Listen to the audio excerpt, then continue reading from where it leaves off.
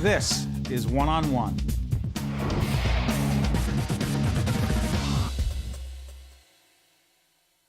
We're pleased to be joined by Carlos Perez, President and CEO of the New Jersey Charter Schools Association, joining us on Newark at a Crossroads here on the campus of NJIT. How you doing?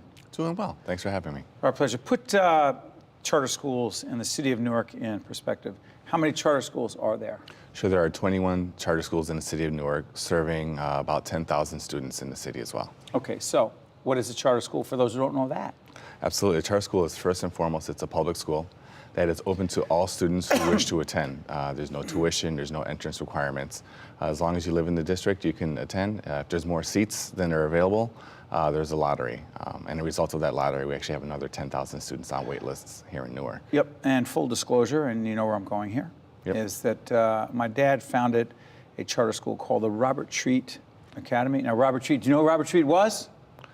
I'm failing on this one. He's I'll let you tell the whole story. founder of the great city of Newark. Absolutely. The Robert Treat Academy, and also another charter school is opening in the central ward of the city of Newark. They're very much involved in, connected to the name of Jackie Robinson, right? So I've been around charter schools for a while, but I realize very few people, they go, oh, that's a private. No, it's not, right? Correct. A lot of misconceptions. A lot of misconceptions, first and foremost, right, that it is a public school. Some of the other things that people don't know is the fact that they have been phenomenal here in Newark. Newark has one of the strongest charter school sectors in the country. If you look at a city, the Newark charter school community is one of the strongest in the country. Why do you think that is? I think it's because you have educators who are absolutely committed to the city, committed to the community, and they express it through the work that they're doing in charter schools. But you know what's interesting is that there are 10,000 kids in charter schools. How many on a waiting list? Another 10,000, almost 1 to 1. So the demand is there. Absolutely. Okay, so we have this Newark School Superintendent Cammie Anderson joining us on Newark at a Crossroads here on the campus of NJIT. She'll be talking about the whole big picture. And so you can't say the public schools because charter schools are public schools.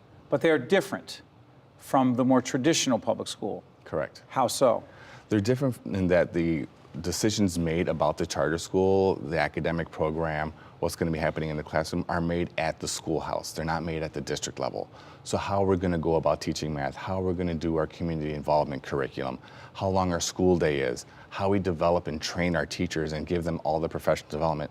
Those sort of important decisions which directly affect teaching and learning are made at the school level, not at the district level. And because of that, you often see more creativity, more flexibility on charter schools, and schools are often able to then address the needs specific to those families in their school. But isn't there a risk, though, Carlos, in a city like Newark that not too long ago had like 48, 50,000 kids in the public schools across the board, right? We don't have that number now. Charter schools started when? 15 years ago. Okay, so before charter schools, all those kids were in the traditional public schools. Isn't there a risk, devil's advocate, that if charter schools are very successful and the demand becomes greater, that then you wind up cherry picking, if you will, or that the kids who have parents who are more motivated to get them into charter schools, those kids will go to charter schools. And the kids that don't have that situation wind up in the traditional public schools. And then you got these two different situations. You've got traditional public schools and charter schools, and it's really not the same school system in the city of Newark. Well, I think what we have an opportunity is create schools to meet that demand. If parents are demanding a high-quality education, then it's incumbent upon all of the adults in Newark and in the state to make sure that every single family has got a fantastic school. If it's a district school, if it's a charter school, I think we can all work and make sure that all schools are great. If that means creating more charter schools. Right now it's 20%. 20% of the Newark public school kids are in charter schools. Correct. If it became 35, is that a problem? If these 35 schools are making sure that kids are prepared for college and life, I don't think that's a problem. You really don't think that if the number increased to 30, 35, 40% of public schools in Newark, if they became charter schools, they'd be like, hey, wait a minute, that's too many.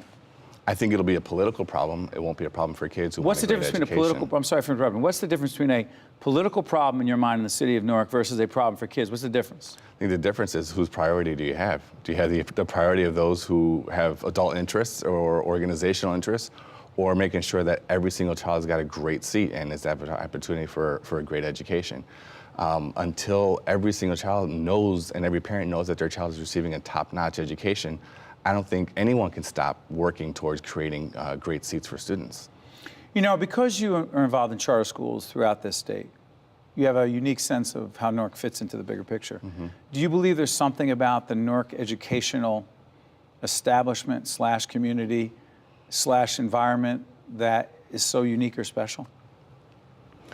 Here's where it's not unique, in that those who are invested in preserving their adult interests or established interests, or even a nice way to say it is, folks aren't used to change. And anywhere you have any sort of new idea, change comes along a little bit difficult.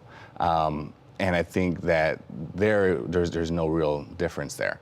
And I think, you know, as far, you mentioned the community of Newark. We have a lot of our charter schools in Newark which were started by community-based organizations. Robert Treat Academy, one of those. And North Star Academy and some other really fabulous charter schools. The Marion P. Thomas Charter School was started by a coalition of African-American churches in town. That's community-driven. So, you know, you talk about, you know, what are the community interests? There's various community interests. Yeah. Some of those community interests are interested in starting and running great schools for kids. But if the mayor has said on certain occasions, and he'll clarify for himself, but there are some who believe that he is not all that in favor of the expansion of charter schools in the city of Newark. If he's saying that, and he was elected by a considerable margin, does that send a message about the future of charter schools in this city? I think the message that I see with charter schools is 10,000 families, another 10,000 families want in. There is a silent majority of families who are absolutely demanding a high quality education. I think a lot of the families who send their kids to charter schools voted for the mayor as well. Voted for Ross Barkley. Yeah, I think there's a lot of things that people vote for in mayor, not just a single issue. So I don't know why people vote, or I guess I know why people, I don't know why anyone votes for the individual issue. But I think, you know, there's those 10,000 families are stating that this is a great education for their children. And I think the mayor understands that there's a lot of families in there and who are demanding schools and demanding high quality education. Charter schools have we're going to have a place in this city for a while. Carlos Perez, President and Chief Executive Officer of the New Jersey Charter Schools Association. I want to thank you for joining us here on the campus of NJIT. Thank you.